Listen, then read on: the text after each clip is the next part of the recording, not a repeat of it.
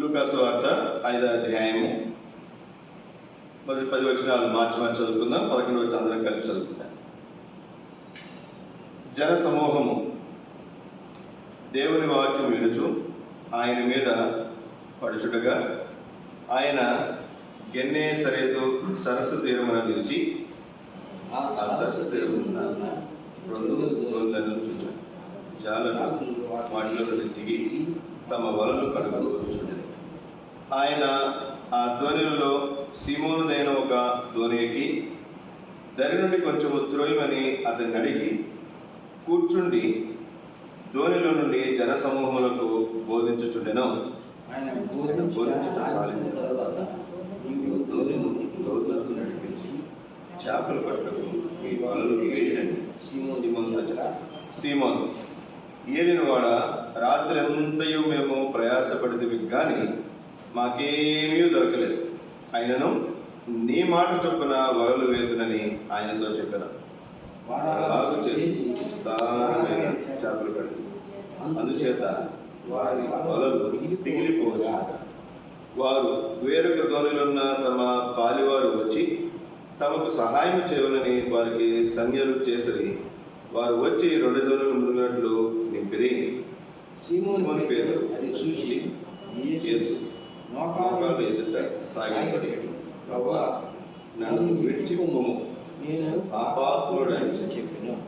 ఏలనగా వారు పట్టిన చేపల రాశికి అతడును అతనితో కూడనున్న వారందరూ విస్మయముందిరి. అలాగే సీమోనుతో కూడా పాలువాడైన జబదయి కుమారుడు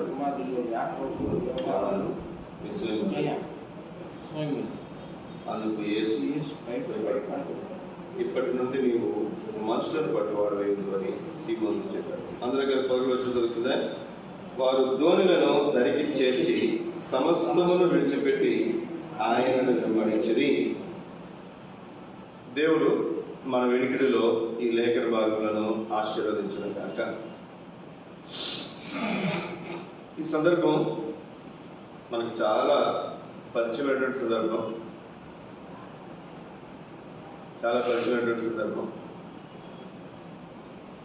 ఈ సమయం కొరకు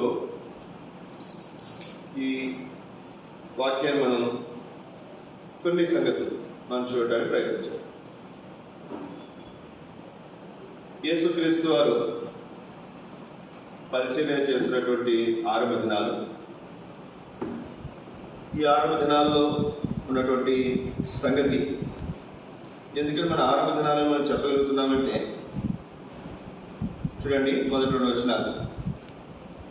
జనసమూహం, లూకా సువార్త 5వ అధ్యాయం మొదటి 2 వచనాలు. జనసమూహము దేవుని వాక్యం వినుచు ఆయన మీద పడుచుటగా ఆయన గెన్నేసరేతు సరస్సు తీరమున నిలిచి ఆ సరస్సు తీరమున 2 దోణులను చూచెను.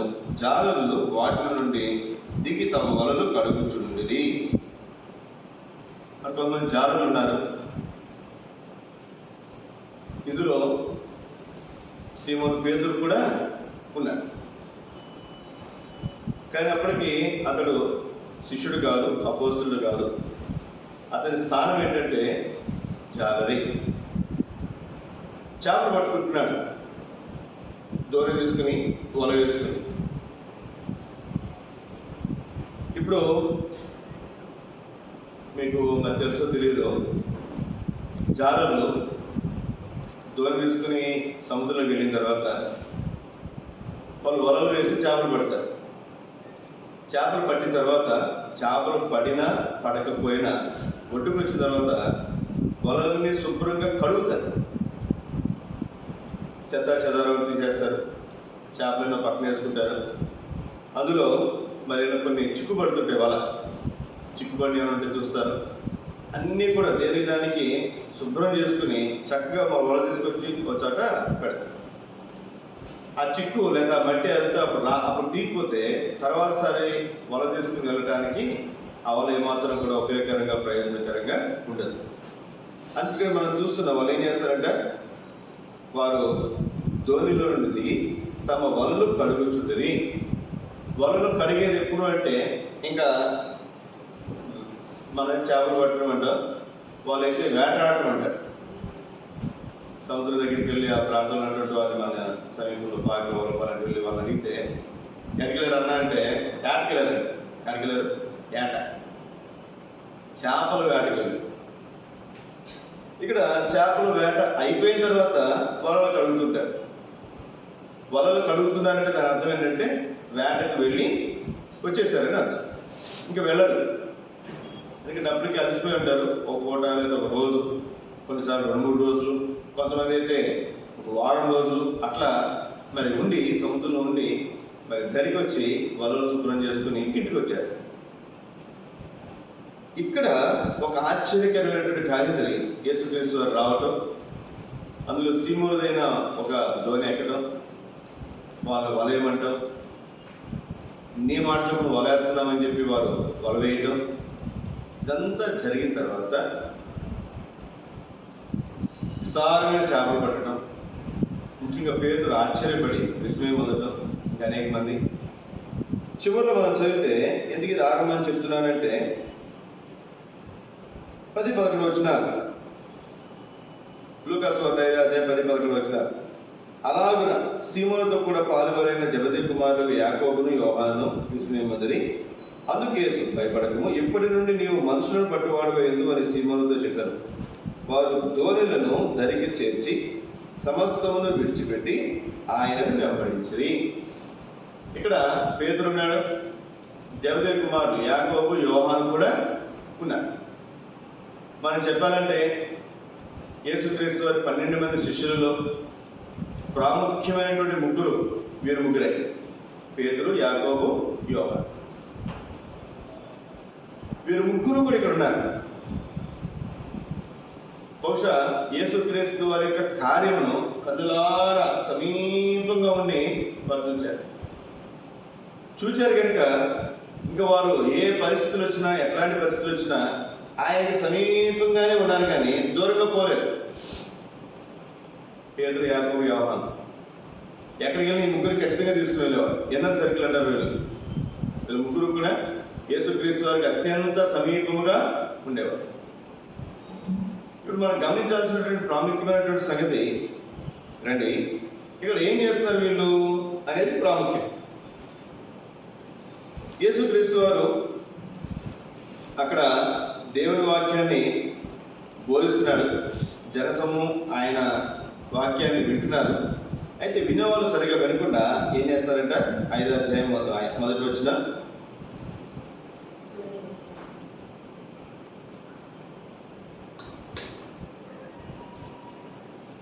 లోక 5:1 మనం చూస్తే, జనసమూహము దేవుని వాక్యం వినుచు ఆయన మీద పడుచుండగా ఏం చేస్తారంట, ఆయన మీద పడిపోతున్నాడు. ఇప్పుడు నేను ఉంచున్నాను, వాక్యం చెప్తున్నాను, వాక్యం వింటున్నారు. ఇంత చదువుగా లేదు, ఆ ప్రాంతం సమాంతరంగా లేదు. ఇంకొక మాట మనం చెప్పాలంటే,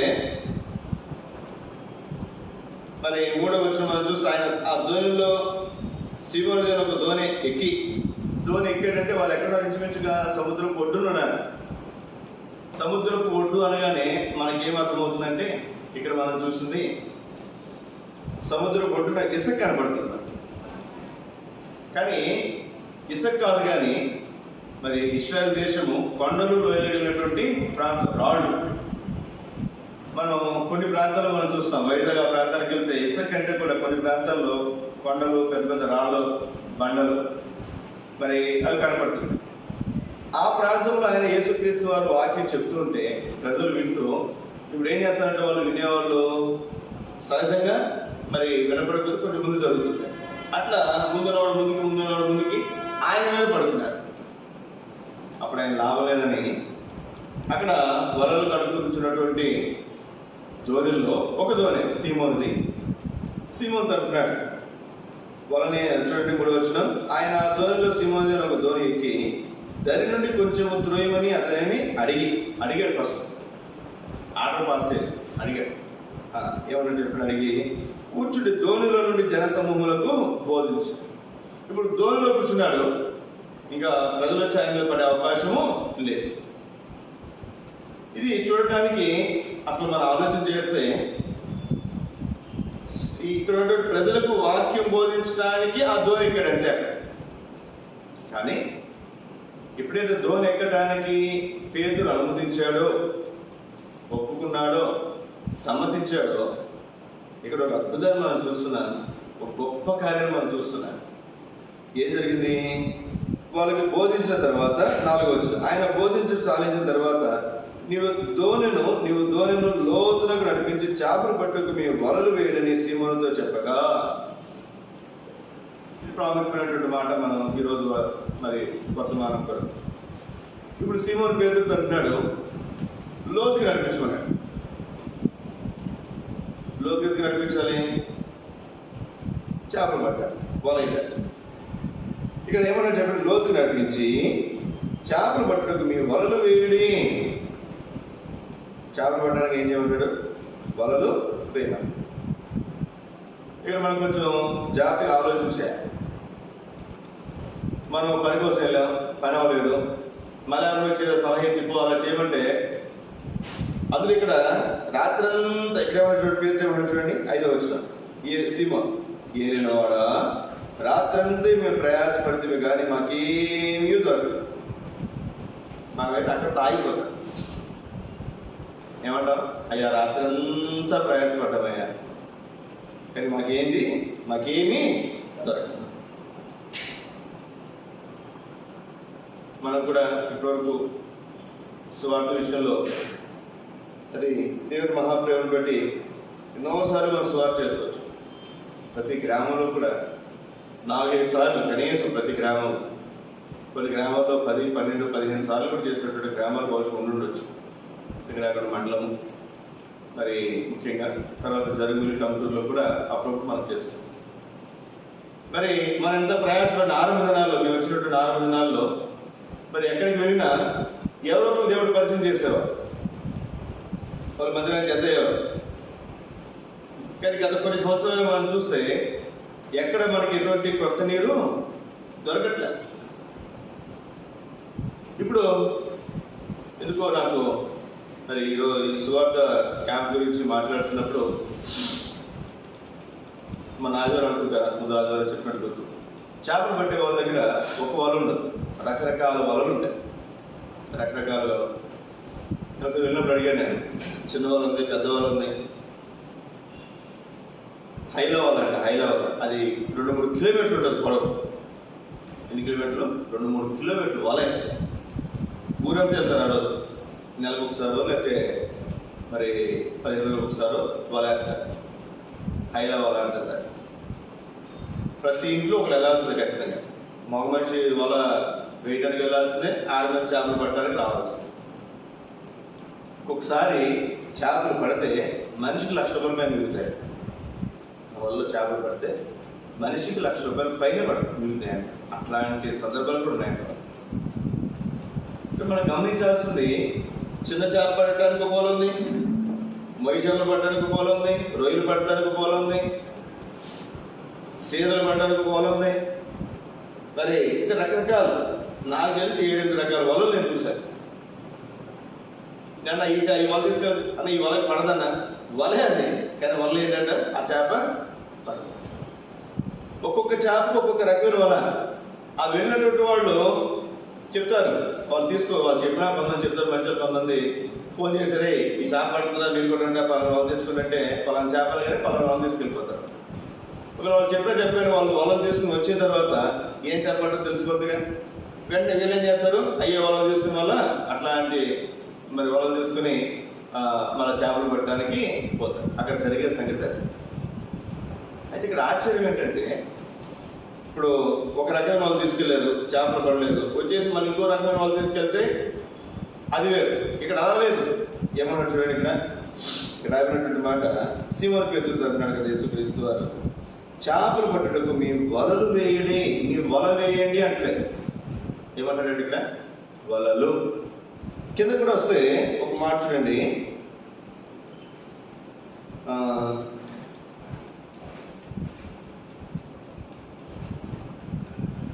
6వ వచనం.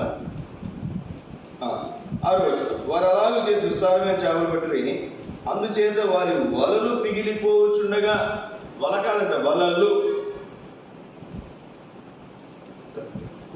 పిగిలిపోచుండగా. వెళ్ళేటప్పుడు ఒకే రకమైన వల తీసుకెళ్తారు, 2-3 రకాల వలలు తీసుకెళ్తారు. అక్కడ ఏ రకమైన చేపతో తెలియదు. వలలు వేస్తే ఇక్కడ ఆశ్చర్యం చూడండి, వలలు పిగిలిపోయే అంత చేపలు పడ్డాయి. వలలు పిగిలిపోయేంత చేపలు పడ్డాయి. ఇదంతా దేని మీద ఆధారపడి ఉందంటే ఒకటే ఒక్క మాట. రాత్రంతా వీళ్ళు ప్రయాసపడ్డారు, ఏం దొరకలేదు. అదే చేప, అదే సముద్రం, అదే దోణి, అదే వలలు, అదే మనుషులు, ఒక్క చేప కూడా పడలేదండి. కొన్నిసార్లు దేవుడు అద్భుత కార్యాలు లేదా ఆశ్చర్య కార్యాలు లేదా తన నామాన్ని మహింపరచుకోవాలనుకున్నప్పుడు కొన్ని సంగతులు దేవుడు అనుమతిస్తారని మనకు అర్థమవుతుంది. ఒక్క చేప కూడా పడకుండా అసలు ఉంటుందా? కనీసం చిన్నదో పెద్దదో ఎన్ని వల్ల వేసుకుంటారు? కనీసం 4 వల్ల వేసారు అనుకుందాం. కనీసం ఒక్క చేప, 4 చేపలు, కనీసం 4 వల్ల ఒక్క చేప కూడా పడదా? ఒక్క చేప కూడా పడలేదు. చూడండి, దేవుడు గొప్ప కార్యం చేయడానికి ముందు ఉండే పరిస్థితి మనకు అర్థమవుతుంది. అయితే ఇక్కడ ఆశ్చర్యకరమైన సంగతి ఏంటంటే, రండి అందరం కలిసి చదువుతున్న మాట 5వ వచనం అందరం కలిసి. సీమోను ఏలినవాడ, రాత్రంతా మేము ప్రయాసపడితే కానీ మాకేమీ దొరకలేదు. ఆయనను నీ మాట చొప్పున వలలు వేతునని ఆయనతో చెప్పాను. నీ మాట చొప్పున వలలు వేతుము. ఎంత ఆశ్చర్యం చూడండి. దేవుని మాట చొప్పున మనం చేయాలి.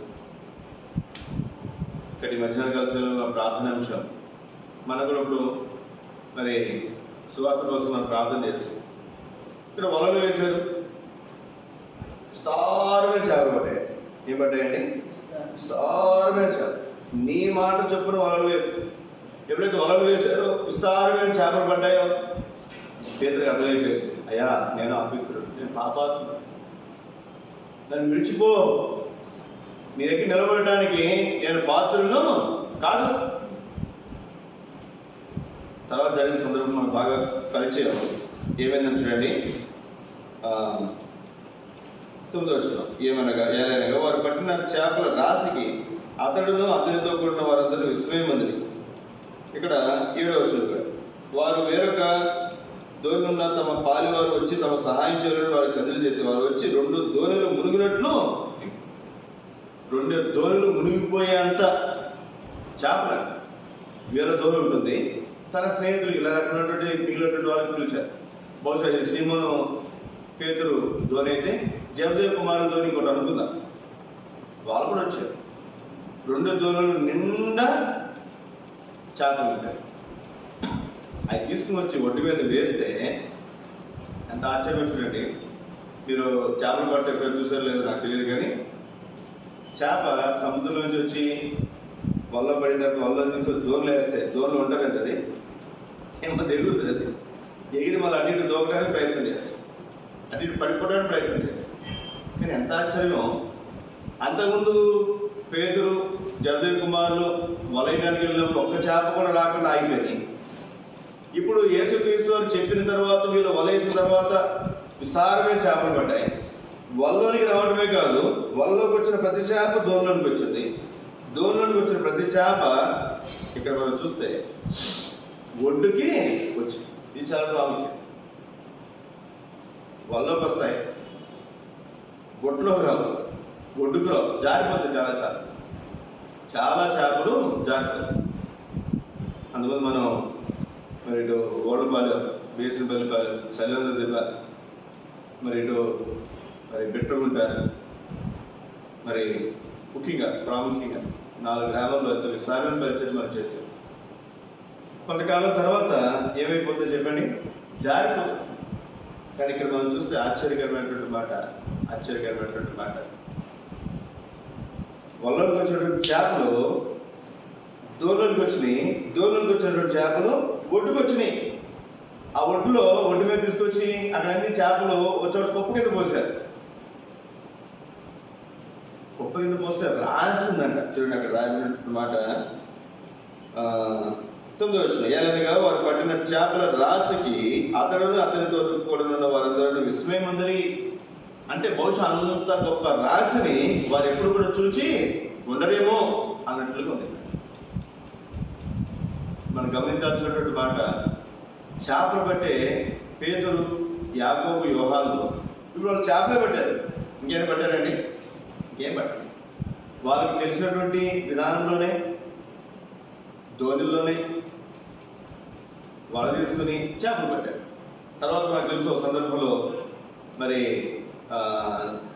సుంకపు కొత్తదానికి మరి పన్ను కట్టే విషయంలో పేతురు మాట్లాడితే పోయి గాల వేసి చేప పట్టాడు. అట్లేం పట్ల అంటే తెలియని విధానంలో చేపలు పట్ల, తెలిసిన విధానంలో చేపలు పట్టాడు. ఏ కొత్త విధానమే కాదు కదా, కొత్త విధానమే కాదు, తెలిసిన విధానమే. ధోనిలో ఉన్నారు, పడవలు వేసుకెళ్ళారు, వలలు వేసారు, చేపలు పట్టుకు వచ్చారు. కాకపోతే అంతకుముందుకి ఇప్పటికి వ్యత్యాసం ఒక్కటే, యేసుక్రీస్తు వారి మాట చొప్పున చేశారు. ఆయన చెప్పాడు, వీళ్ళు చేశారు అన్నాడు. పేరు నొక్కి చెప్తాడు, అయ్యా అయినను నీ మాట చొప్పున వలలు వేతునని ఆయనతో ఎంత ఆశ్చర్యం, ఎంత గొప్ప కార్యం. వెంటనే యేసుక్రీస్తు వారు ఆ సందర్భాన్ని చూసి ఇంకొక అడుగు ముందుకు మాట. ఇది మన ప్రార్థన అంశం. ఈరోజు మధ్యాహ్నం మనం ప్రార్థన చేయవచ్చుగా 10వ వచనం అందరికీ కలిసి చదువుకుందాం. లూకాసు వార్త 5వ అధ్యాయం 10వ వచనం అందరికీ కలిసి. అలాగున సీమోనుతో కూడా పాలివారైన జెబెదయి కుమారులకు యాకోబును, యోహానును విస్మయముందుడి. అందుకు యేసు, భయపడకము, ఎప్పటి నుండి నీవు మనుషులను పట్టువాడవే ఇందువని సీమోనుతో చెప్పాను. భయపడద్దు. ఎప్పటి నుంచి నువ్వు ఎవరు పడతావు? చేపలు కాదు, మనుషులు పడతావు. ఆ మాట ఎప్పుడు నెరవేరింది చెప్పండి? ఎప్పుడు నెరవేరింది? 3.5 సంవత్సరాల తర్వాత పరిచయం ఆరంభం. యేసుక్రీస్తు 3.5 సంవత్సరాలు పరిచయం చేశారు. 6 దినాల్లో పేతురు చెప్పినటువంటి మాట ఎప్పుడు నెరవేరింది? ఒక సమయం. యేసుక్రీస్తు ఉన్నంత కాలం, లేదా యేసుక్రీస్తు వారు మరి శరీరధారినంత కాలము జరగలేదు. కానీ ఆయన మరణించి పాపుల కొరకు ప్రాణం పెట్టి రక్తం కాచి ఆ రక్తంలో ప్రతి పాపం, మానవులకు ప్రతి పాపమును కడిగిన తర్వాత, ఆయన పునరుత్థానం తర్వాత సంఘంలో దేవుడు కార్యం జరిగించాడు. ఎంత ఆశ్చర్యం చూడండి. ఈ మధ్యాహ్నం కావాల్సిన ప్రార్థన అంశం కూడా అదే. దేవుడు ఎన్నో వాగ్దానాలు ఇచ్చాడు మన స్థానిక సంఘానికి. ఎవరిని త్వరగా నియమించడు కానీ త్వరగా నియమించని చెప్పాడు. గత వారం ఇదివరకు ఎన్నుకుతుందని పీడుమూలు దునమని చెప్పాడు. మరి ఎన్నెన్నో విషయాలు, ఎన్నెన్నో శ్రేష్టమైనటువంటి వాగ్దానాలు దేవుడు మనకు అనుగ్రహించాడు. విశాలమైన స్థలంలో ఆయన నన్ను కోరుకుని వచ్చాను. ఫస్ట్ సంవత్సరం ఇచ్చినటువంటి స్థానిక వాగ్దానం. ఇవన్నీ శ్రేష్టమైనటువంటి వాగ్దానాలు. మనం గమనించాల్సినటువంటి మాట, దేవుడు తన సమయంలో కార్యములు జరిగించేవాడు. ఇప్పుడు మధ్యాహ్న కాలంలో మన ప్రార్థన అంశంగా మన ప్రార్థనలో ప్రవేశించుకోవచ్చుగా. ఇప్పుడు దేవుని మాట చొప్పున మనం చేద్దాం. దొరుకులు మనం చేశాం, మళ్ళీ ఇప్పుడు దేవుడు మనకి ప్రేరేపించాడు. మనం కూడా అన్నవాళ్ళతో అక్కలతో మాట్లాడుతూ వచ్చాం, వాళ్ళతో సంబంధించారు. దేవుని సమయం నేనైతే మరి పనులు జరుగుతున్నాయి కనుక వాటికి చాలా ఖర్చు అవుతుంది. మళ్ళా సువార్త కంటే మరి గత సంవత్సరం మనం సువార్త చేసినప్పుడు 50,000 దాకా ఖర్చు అయింది. అలా ఖర్చు ఒకేసారి అన్ని ఖర్చులు మరి సంవత్సరం వద్దు ప్రభుత్వం అయితే మళ్ళీ నవంబర్లో చూద్దాం. ఎందుకో దేవుడు మరి ఇచ్చినటువంటి అనుకూలతను బట్టి, ప్రేరేపణ బట్టి మరి మళ్ళా సువార్త విషయమై మనం ముందుకెళ్ళటానికి దేవుడితో చూపించాడు. మన అడగ మరి పాలకి నేనన్న మరి అక్షత్ హైదరాబాద్ మరి అట్లా దేవసార్ టీం సుమారు 25 మంది వరకు మన దగ్గరికి రావడానికి మరి వాళ్ళ డేట్స్ ఇప్పుడు అనుకూలత పరిచాడు దేవుడు. మనకు ఈ నెల అనుకూలం, ఈ నెల దాటితే మనం చేయలేం. ఎందుకంటే ఏప్రిల్, మే, జూన్ బాగా ఎండలు ఉంటాయి, చాలా కష్టం. దేవుడు అన్నీ అనుకూలపరిచాడు. కానీ దేవుని సమయం మనం గమనించాల్సినటువంటి మాట, మనము దేవుని సమయంలో దేవుని మాట చొప్పున మనం చేస్తే దేవుడు గొప్ప కార్యాలు చేస్తాడు. దేవుడు గొప్ప కార్యం. కొంతకాలం బంధించినట్టుగానే కనపడుతుంది, ఒక్క చేప కూడా పడలా. ఆ సమయం తర్వాత విస్తారమైన చేపలు మన జీవితంలో కూడా ఈ సువార్త ద్వారా మరి ఇప్పటి వరకు ఎక్కడెక్కడ ఉన్నవారు, మనకు కనపడిన వారు, మనకు తెలియని వారు మరి సువార్త పరిచయం ద్వారా దేవుడు సంఘంలో చేర్చినట్లుగా మనం ప్రార్థించాం. మనుషులు పట్టు చాలా, మనం ఎవరు పట్టకపోతున్నాం, మనుషులు పట్టాలి. మరి టీము వాళ్ళు చెప్పినటువంటి చక్కటి మాట ఏంటంటే, ఇంతకుముందు నేను అడిగేవాళ్ళు వచ్చినటువంటి వాళ్ళు మీది ఎవరైనా మాట్లాడితే వాళ్ళు ఏదైనా అనుకూలంగా ఉంటే వాళ్ళ పేరు, వాళ్ళ అడ్రస్, వాళ్ళ ఫోన్ నెంబర్ ఇవ్వండి, తర్వాత మేము వాళ్ళ వాళ్ళని కలుసుకోవడానికి అవకాశం. కానీ వీళ్ళు చెప్పినటువంటి మాట నేను చెప్పకముందే మేము వెళ్ళి వాళ్ళతో వ్యక్తిగతంగా ఎక్కువసేపు మాట్లాడాం, వ్యక్తిగతంగా సువార్త చెప్తాం, అవకాశం ఉంటే ఒక్కొక్క ప్రార్థన కూడా చేయిస్తాం, వాళ్ళ వివరాలు తీసుకుంటాం, వాళ్ళ ఫోన్ నెంబర్లు తీసుకుంటాం, అవన్నీ తీసుకొచ్చి స్థానిక సంఘానికి అప్పగించి మేము అది వాళ్ళ విధానం.